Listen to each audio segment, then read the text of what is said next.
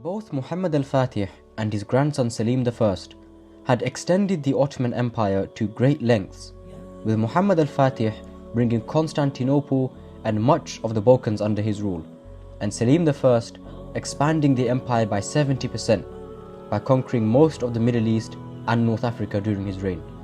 Therefore, the successor of Sultan Salim I had a mighty legacy to live up to. However, this descendant of Osman Ghazi would go on to conquer the remainder of the Balkans and extend the empire to its greatest lengths.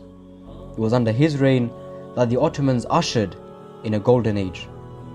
Who was this mighty Sultan? He was known by the Ottomans as Sultan Suleiman I, commander of the faithful, shadow of God on earth, and protector of the holy cities of Mecca, Medina and Jerusalem. In Europe, he was simply known as Suleiman the Magnificent.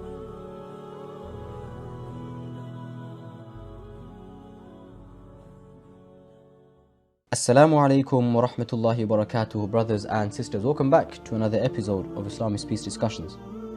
Inshallah, in today's video, we will be discussing the life of Sultan Suleiman I. Suleiman I ascended to the Ottoman throne in 1520. He inherited an empire that stretched from the western coast of North Africa down to Persia in the east and the borders of Hungary in Europe. However, he was an only son, and so did not need to prove himself to his father or his people to be chosen as the heir. Europe dubbed him as the Little Lamb, as he was relatively inexperienced and only 26 when he came to the Ottoman throne. However, determined to continue from where his great-grandfather Muhammad al-Fatih left off, he prepared his armies and began marching towards Hungary. In 1521, he took Belgrade, and in 1522, he took the island of Rhodes. Finally, in 1526, he embarked on his most famous campaign. Sources claim that his army was so large that it would take an entire day to march from the back to the front of the marching line.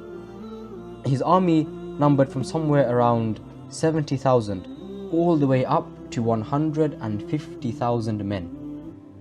He met the Hungarian army on the fields of Mohacs.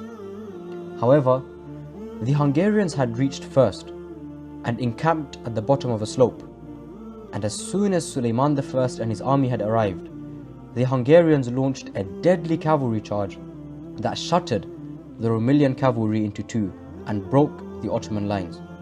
They then pushed on and attacked the core of the Ottoman army, and the Ottomans began to lose ground as the Hungarians began quickly closing in. It is recorded that an arrow had even hit Suleiman's armor. Although it did not do any damage, it shows just how grave the Ottoman situation was.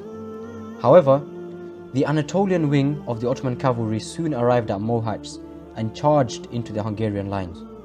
And the Ottomans then began to push the Hungarians back and utterly destroyed their army, with only 2,000 remaining soldiers, who then surrendered. In the 1540s, Hungary was brought under direct Ottoman rule, and the entirety of the Balkans was now under the rule of Sultan Suleiman I. The Ottomans would go on to besiege Vienna, which was the capital of the Austrian Empire. However, due to overstretched supply lines and problems elsewhere, Suleiman I was not successful with this. Ottoman influence did, however, reach the depths of Western Europe, and the Ottomans even made an alliance with the French Empire, in which they saved the French Empire from collapse. They also extended their influence into the Indian Ocean, where they frequently battled with the Portuguese navy. And under his reign, the Ottoman Empire had truly become a global power and perhaps the most powerful polity on the face of the planet. Aside from his foreign policy achievements, he was given the title of Suleiman the Lawgiver for his work on the Ottoman legal system, and in his spare time, he would spend much of it writing poetry. It is without a doubt that Sultan Suleiman I was one of the greatest rulers not only in Ottoman history, but in all of Islamic history. He returned Islam back to the days of intellectual and military glory, unified under one state, something that had not been seen since the golden age of the Abbasid Khilafah. And so we ask Allah subhanahu wa ta'ala to have mercy on this great Sultan. Wassalamu alaikum wa rahmatullahi wa barakatuh.